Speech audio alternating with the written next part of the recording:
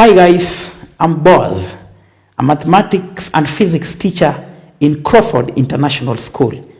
I'm also an alumni from the University of Nairobi, where I studied my actuarial science. Based on my teaching and experiences, I learned one of the key features, one of the fundamentals of education, one of the basics, that the children, the middle school students, the high school, the A levels, in our campuses, nobody teaches the learners how to learn.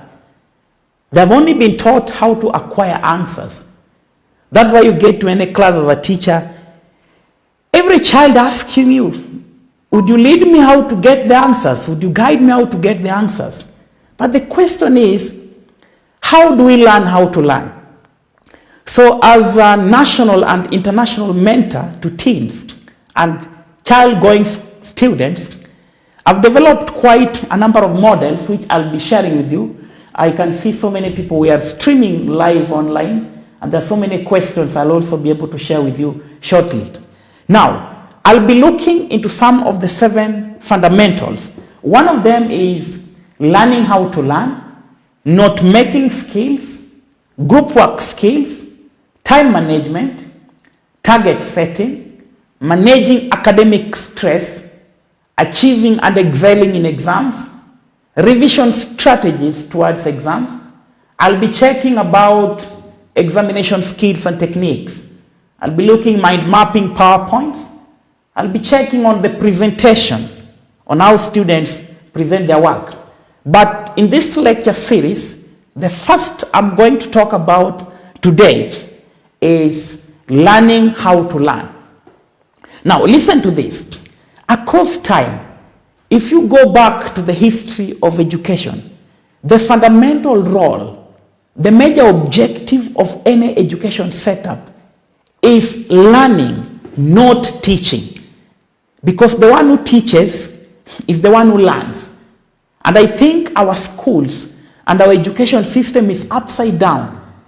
And coming up with these models based on my research, my experiences in the schools I've taught, I've met hundreds and thousands of teachers. I've read hundreds of textbooks. I read a lot of books. And I listen to several lectures, both online and one-to-one. And based on that experience, the fundamental key to education is not and is never the teaching, but the learning. Because the one who teaches learns more than the one who is the learner. Now, it is the children that should take the teaching role in a class setup. I know of many schools that students still approach the lecture method, where they are seated like that, and basically they're looking at the teacher. And the best one that I've devised and works and can be practiced across time is where the children sit around the table and they discuss among themselves. This is the most important and key to learning. Because until the teacher will learn that is when the learning will take place. I know to some of you parents who are watching at me online, who are posting questions right now, you know very well that your child, you pay the tuition fee, you take them to school, you buy them breakfast, you buy them lunch, you buy all the textbooks that are needed in school. But at the end of the day, what do you know? Your child still come back with grade D, grade U, grade G, even an E. Why do they do that? And yet they come to school every day. Because the schools and the learning system is upside down. What am I talking about?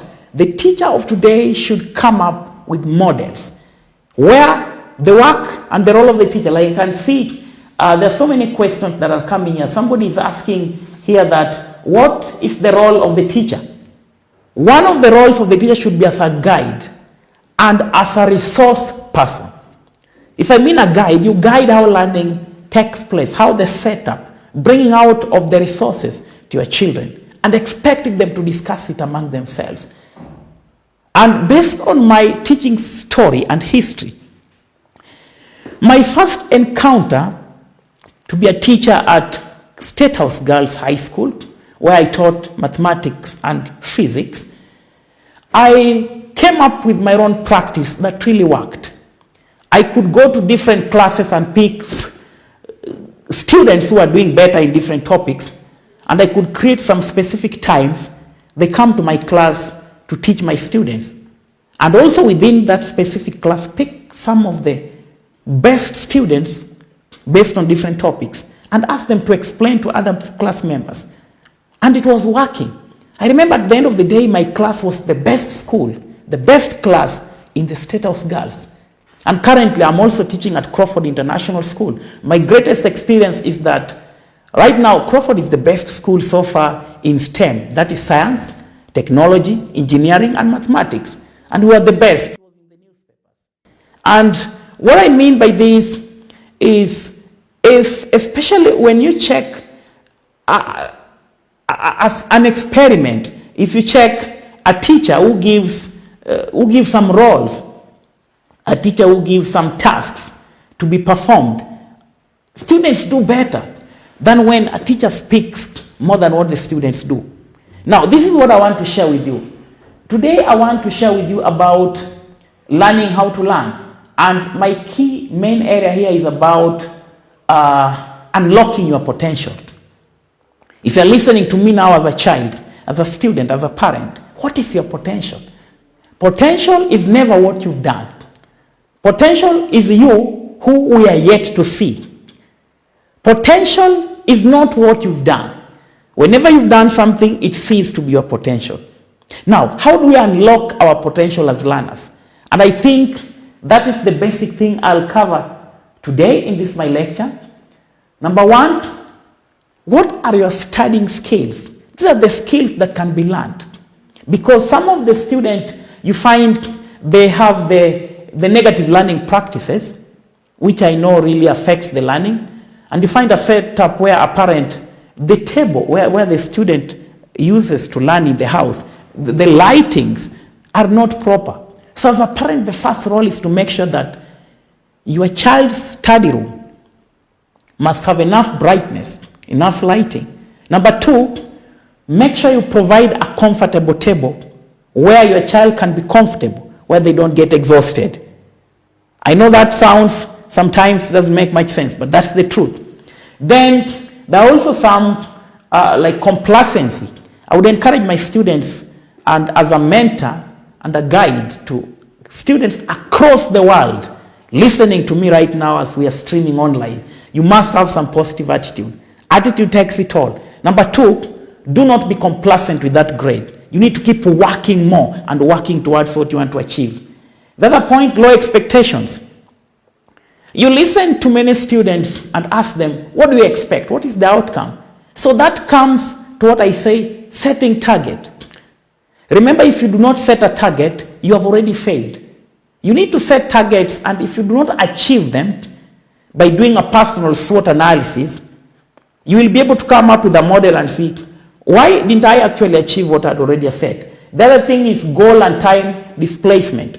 But I think that the time management will go into my next lecture series. This is the first role I just want to talk about today. Then low self-esteem. You must be motivated. And as a parent, do you sit down with your child, your daughter, your son? Do you guide them? Do you watch with them documentaries about science? Do you motivate them and inspire them? And tell them how hard work pays?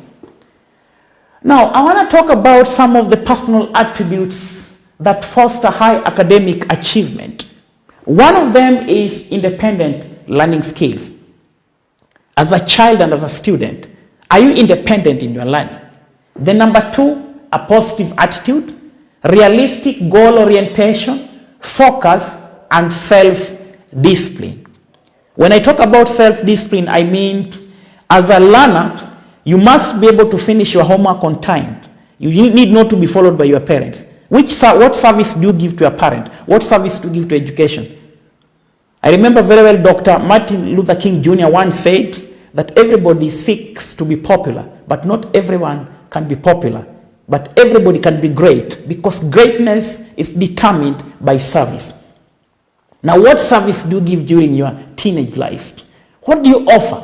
Because if I talk about realistic goal orientation and focus, do you just go to school? Do you just take notes? Because I think I'll also be able to teach you how to make notes that many students have already learned through my lectures. discovery of new knowledge. Do you read your textbooks? Comprehension, your concentration in class also matters. In that group that a teacher said, do you become an active audience?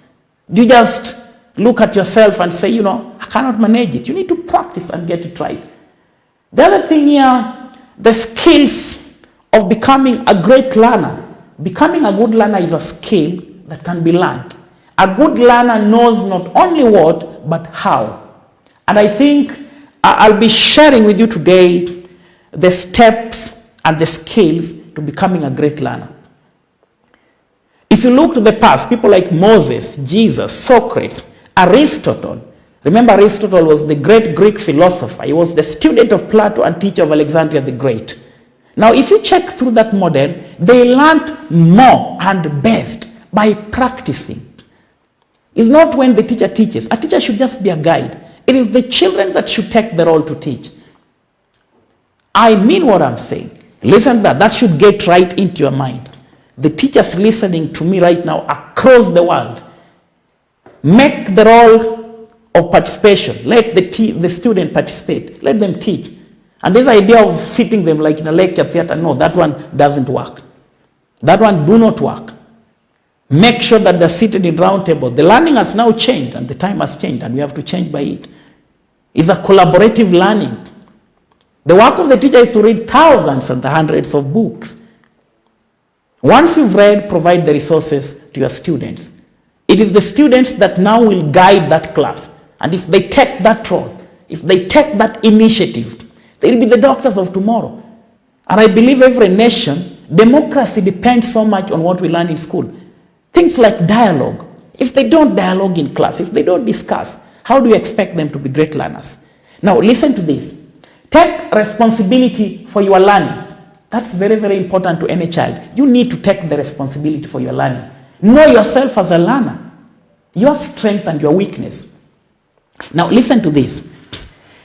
If you know the following day you are going to handle a topic, for example in respiration, make sure as a student, as a learner, you need to prepare and learn it. So that when the teacher comes, you have something to ask. Anytime you leave any lecture hall, any class, without asking a question, remember you have not learned anything. Learning only happens when you ask questions. Students need to be taught how to ask good questions. Even to the teachers listening to me right now, they can only learn better by asking questions. So as a teacher, before you go to class and teach and engage your learners, will you make some questions based on the topics and give them prior to your lesson to your children, to your students, to your learners in middle school, in high school, in college, and in our campuses. So that when the time comes learning, they will definitely have the good questions to ask. Now take responsibility for your learning. I've just talked about the other point, that the 5 skills, I'm talking about the 5 effective skills to learning. One of the skills, good listening skills, summary skills, note-taking skills, organizational skills, critical thinking skills, multitasking skills. Now, these are some of the key 5 skills that you need to learn. I know most of our learners do not know how to make notes. When I talk about note-taking, I don't mean taking a textbook and you start copying whatever that is the textbook. No. I don't mean that. A good learner, you take the textbook and read it, understand. Close the textbook, take it back to the shelves, and start writing what you've learned and connecting those ideas. You need to rule your book so well. You need to be neat. You need to be organized. Make sure that in your table there is a geometrical set. Make sure there is a calculator at all times. Make sure you have the pencils, the pens, the highlighters. Have everything on your table if you want to be a great learner. And you need to plan yourself by setting goals. So that I think that's the greatest payback that we can give to our parents. Because there is potential right inside you. But until the time you come up with it. To the dear parents listening to me right now, online. If your child comes back home and say, Daddy, Mommy, you know what? I didn't learn anything. There is a problem with that child. There's no way you can say a whole topic you learned nothing. Number one, through the group discussion, the textbooks that you have, the resources provided by the parents and the teachers, and we also have the idea of the internet. What have you learned by yourself? So in many times I teach my students, I do not expect them to come to me and ask, teacher, I don't understand. That is too general. You need to come to a teacher and say, the specific topic that you taught, I did not understand a specific area. That makes sense. But if you just come with a blanket question, I do not understand, trust me, you're not a good learner. That's a very important thing to be noted. Next point that I want to talk about is, remember that learning is also an energy sapping process. You need to commit energy to it. If you want to learn, you must commit the energy. The other point, learning is about the acquisition of knowledge. You do not receive knowledge. Nobody receives knowledge, but we acquire the knowledge. Then the other things, attitude, remember, stops you from learning. Benefits of the change of attitude. Now, these are very important concepts that I want to share with you. When you change your attitude, you learn best. Now, becoming self-motivated, believe in yourself, and looking for solutions, not obstacles. Managing your time effectively, reducing stress, recognizing your learning strength, and build learning around them. Then I would also talk about what is commitment. What is commitment, if you are to ask yourself? Now, commitment refers to the willingness to invest energy and time into the learning process. There are some of the models that I've just developed. Now, listen to this. The following are major obstacles that will definitely prevent you from learning. Take note of this. Point number 1, obstacle, reluctance to learning. Number 2, self-inflicted mental blocks. Number 3, use of outdated study techniques like cramming. Do not cram. You must never cram. Failure to develop the attributes, skills, and habits for learning. Now, the following are important pathways that should help you or aid you become a successful learner. Now, I'm going to enumerate them, so you're going to write them down. Number 1, you need to think positively. Number 2, do more work. Number 3, manage your time more effectively and efficiently. Work more closely with your partners. Do individual work. Be prepared to accept constructive feedback and reflect positively on it. Remain focused on your academic goals. So those are some of the basics under what I call learning how to learn. Because I know many schools do not teach the students to learn how to learn. You don't need to go back home and start complaining about how the teacher is not teaching. At the end of the day, you don't need a teacher to learn. What you need are good resources. What you need are great books. Once you have a supportive parent, what are you doing as a payback to them? To the students and learners listening to me, this is your preparation ground. You need to prepare right now. Remember what Dr. James Emmons Kwejiragri of Ghana, the first Ghanaian to earn a PhD from Achimota College of Accra, once said that there was a farmer who kept poultry. One morning, some of the poultry strayed into the bush. On their return journey, there was one among the ranks that was not looking like one of them. It was the chick of an eagle. Then after the passage of time, the chick of the eagle just learned how to scratch the ground and feed on the grains. Then one day, a naturalist visited the farmer and asked, "What are you doing with the eagle? This is not a chick, this is an eagle." Then the farmer said, "Yes, I know. It was once an eagle, it has lost its eaglehood and acquired the chickenhood because it has been fed so much on chicken feeds." Then the naturalist told the farmer, "No, once an eagle will always be an eagle." Then one morning, as time passed by, the naturalist visited the farmer and asked the farmer, "Please bring the chick, place it at the palm of my hand."